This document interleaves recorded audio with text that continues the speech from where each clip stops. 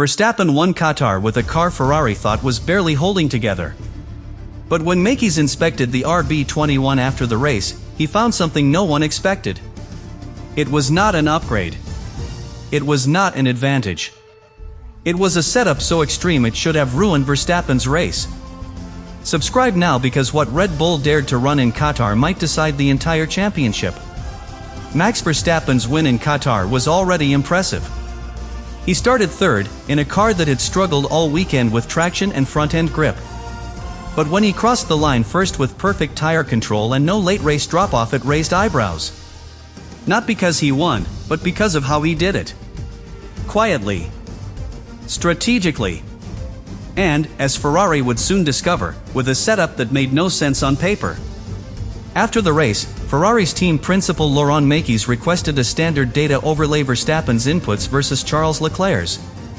What he expected was a smoother car, better balance, maybe a cleaner race line. But what he found was far more unusual.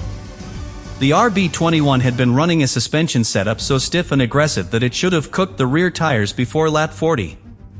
And yet Verstappen made it work like a metronome. Ferrari's engineers couldn't believe what they were seeing. In turn 10, where every team was struggling with traction loss, Verstappen was applying throttle with less force, not because of a lack of grip, but because he was actively managing the tire's thermal load. His entries into turn 1 were earlier, his braking more linear, and his corner exits delayed by fractions of a second that, when added up over 57 laps, saved his entire race. Red Bull's gamble wasn't in the strategy, it was in trusting Verstappen to drive a car that should have been unpredictable. They removed margin for error in the name of precision. Mekies realized it wasn't just about what Verstappen had, it was about what he didn't need. He didn't need full traction, he didn't need a stable rear, and he didn't even need the fastest car. He just needed the freedom to manipulate the machinery to his will. What struck Ferrari most was how calm Verstappen had been on the radio. No stress. No panic. Just simple confirmations, tire state, sector gaps, temperatures. He wasn't being driven by urgency. He was building the race from the first stint, knowing full well that others would lose grip and rhythm before he did. It wasn't reaction. It was prediction. And it forced every other front-running team to play catch-up. The more Ferrari looked, the more they realized they had been outthought. They had set up their SF25 to be conservative, good tire life, manageable balance, low risk. Red Bull had gone the opposite way. High risk. Low margin. Maximum control in the hands of one man. Mekies said nothing publicly, but internally, the message was clear. Verstappen had taken a race Ferrari thought was too fragile to touch and bent it to his command. And now, with only one race left, that bold setup, that risky execution, and that controlled aggression might be what wins Max the championship. Because Ferrari didn't just lose a Grand Prix in Qatar, they watched Verstappen redefine what it means to win under pressure. The Qatar Grand Prix was always going to be intense. Temperatures were brutal. Tire degradation was unpredictable. And with only one race left in the season, the title fight was tighter than ever. McLaren had the advantage in qualifying. Ferrari had the cleaner car on long runs. Red Bull? On Friday, they looked like damage control was their only option. Verstappen's RB21 struggled for grip and stability in slow-speed corners. But Red Bull wasn't playing for the short term. By Sunday, Verstappen wasn't just in the mix, he was the threat. Starting third, behind both McLarens, Max looked calm. Too calm. Ferrari clocked it but didn't act. McLaren stuck to plan. And then came lap 7. A crash at the back triggered a full safety car. Red Bull didn't hesitate. Verstappen dived in for an early stop, switching to hard tires. McLaren stayed out. Ferrari delayed. The entire shape of the race shifted in that 1 minute. Verstappen's move looked like a gamble. Who pits that early on such a high degradation track? But the genius was in the silence that followed. Verstappen didn't attack.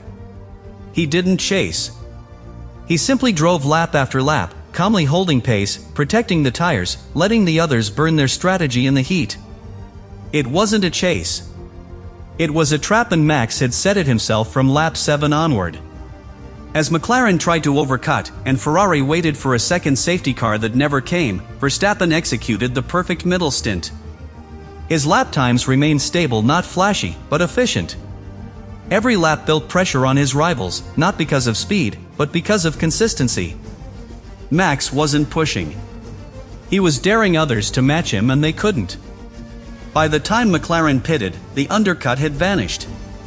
Red Bull had neutralized it. The brilliance wasn't just in timing. It was in Verstappen's execution. While Ferrari dealt with Leclerc's balance issues and Hamilton drifted to P12 in the second SF25, Verstappen moved with total clarity. He had taken a compromised car and reshaped the race from the inside. No overtakes. No radio drama. Just rhythm, tire control, and a level of confidence Ferrari didn't expect to see from a car that struggled all weekend. Mekies didn't panic during the race. But post-race? That's when the questions started. Why didn't Ferrari react earlier? How did Red Bull get the setup right on a circuit where they were off the pace on Friday? And why was Verstappen's tire life so much stronger than McLaren's or Ferrari's when his configuration looked harsher on paper? That's when the engineers started to dig, and what they found left them stunned. Because Verstappen didn't just win Qatar. He rewrote the script. He took a car with weak rear grip, committed to an early stop, and made it all work without ever going over the limit. Mekies thought the danger had passed when Max served a grid penalty on Saturday. But it turns out, the real damage came on Sunday when Verstappen didn't just win the race. He broke Ferrari's understanding of what was possible. The numbers didn't lie. After the race, when Ferrari engineers got access to Verstappen's full stint data, they noticed a strange pattern. His lap times didn't follow the typical degradation curve. Most cars, including the McLarens, were dropping 4 to 5 tenths over the second half of each tire stint. Verstappen? His times dropped only 2. Not because the RB21 had better tire performance, but because Verstappen was driving under the limit from the very start. Telemetry revealed a carefully measured driving style. Verstappen's throttle traces through turn 10, one of the most punishing corners for rear tires, were consistently smoother than any other front runner. He was rolling into the throttle later than Norris, applying power more gently, and holding slightly less load on the rear axle. That restraint translated into less slip, lower surface temperatures, and longer tire life. On a weekend where tire management was the deciding factor, Verstappen mastered it. Ferrari's data overlay showed that Verstappen was braking earlier than both McLarens into turn 1 and turn 4. At first glance, it seemed like he was losing time, but his exit speeds were identical. Why? Because earlier braking gave the car more stability, reduced front lockups, and allowed Max to carry more speed through the mid-corner. It was a trade-off that only worked with complete trust in the car's behavior and total confidence in what would come after. One of the most revealing metrics came from ERS deployment. While Norris and Piastri were burning battery energy early in stints to create gaps, Verstappen was saving his for later, deploying in sectors where overtaking threats were more likely. He wasn't defending with power. He was defending with timing. His energy usage was precise, giving him control of traffic and deterring attacks without needing to break rhythm. That strategy came straight from Red Bull's simulations, but Verstappen executed it flawlessly. The RB21's rear end was supposed to be the problem. Red Bull had stiffened the rear suspension to combat instability seen on Friday, creating a car that should have punished the tires over a race stint. Ferrari had gone the opposite direction, softening the rear on the SF25 to keep the rubber alive. But the data showed that Verstappen's driving was compensating for the harsher setup. He wasn't asking the car to do more, he was giving it exactly what it needed, every lap. Even steering input analysis backed it up. Through the high-speed left-right of turns 6 and 7, Max made the least number of micro-corrections of any top driver. That's not just car control. That's tire preservation. Every twitch generates heat. Every correction increases surface wear. Verstappen wasn't correcting, he was anticipating. Ferrari knew that meant one thing: Red Bull had given him a setup on the edge, and Max had never stepped off the tightrope. By the time Ferrari's full report was finished, one fact was clear: Verstappen hadn't won because the RB21 was better. He won because he extracted more from the same tools. Less throttle, smoother braking, smarter energy use, a more disciplined line. And in a race shaped by tire life and race rhythm, that control was devastating. Ferrari hadn't been outpaced. They had been outdriven. Red Bull's setup decision in Qatar wasn't conventional, it was provocative. They stiffened the rear suspension knowing it would reduce compliance over curbs and increase strain on the rear tires.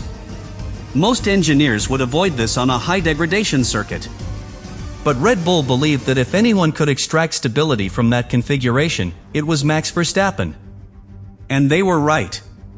The RB21 might not have been easy to drive, but it was predictable. And for Verstappen, predictability is power. That stiffness allowed for more consistent mechanical behavior under load, but it came at a price: reduced rear-end grip on low-speed exits. Max compensated not with adjustments mid-race, but with his own bodywork, his right foot and his steering hands. Through turn 10, where grip drops off lap by lap, Max began rotating the car slightly earlier, lifting throttle earlier, and managing the exit angle to avoid excess slip. It looked subtle, but the impact on tire wear was massive. Ferrari's engineers saw that Max was using minimal brake migration, a tool that balances braking pressure dynamically between the front and rear axles. Instead of constantly adjusting bias, Verstappen stuck to a narrow range, fine-tuned in free practice. This choice made the car more stable on entry, with less rotational stress. Combined with early brake inputs and clean downshifts, the result was a car that slowed predictably, preserving the rear tires without the need for sudden load transfer. One of the most unusual details came from differential settings. Red Bull gave Max the ability to adjust the diff on corner entry and exit, and he used it like a scalpel. In the early part of the stint, he kept the diff tighter to maintain traction. But as the tires aged, he opened it slightly, allowing more rotation on entry without forcing the rear to slide. That level of finesse was something no other driver appeared to replicate, and it gave Verstappen sustained grip without increased heat. Where other drivers were correcting their lines with small steering inputs, Max was gliding through apexes. In turns 6 and 7, telemetry showed almost no variation in steering angle from lap to lap. That's not a sign of car superiority, it's a sign of driver confidence and setup synergy. Verstappen didn't have to fight the car. He trusted where the grip was. He used every inch of track, but never more than he needed. Radio messages confirmed his composure. There was no complaining about front locking. No calls for tire changes. Just quiet affirmations. Tires are fine. Still manageable. Give me Oscar's Sector 2. This wasn't arrogance, it was calculation. Max didn't need to be told what to do. He already knew where the race would be won. Ferrari, by contrast, was dealing with real-time corrections and an SF25 that couldn't rotate without pushing wide mid-corner. What Ferrari learned in those data reviews wasn't just that Max drove better, it was that he drove smarter inside a risk profile most teams would have rejected. Red Bull didn't give him a perfect car. They gave him a concept. A structure that rewarded intelligence over aggression. Verstappen took that structure and turned it into a victory. Not by overpowering the field, but by making fewer mistakes, managing complexity, and staying a step ahead of physics for 57 laps straight.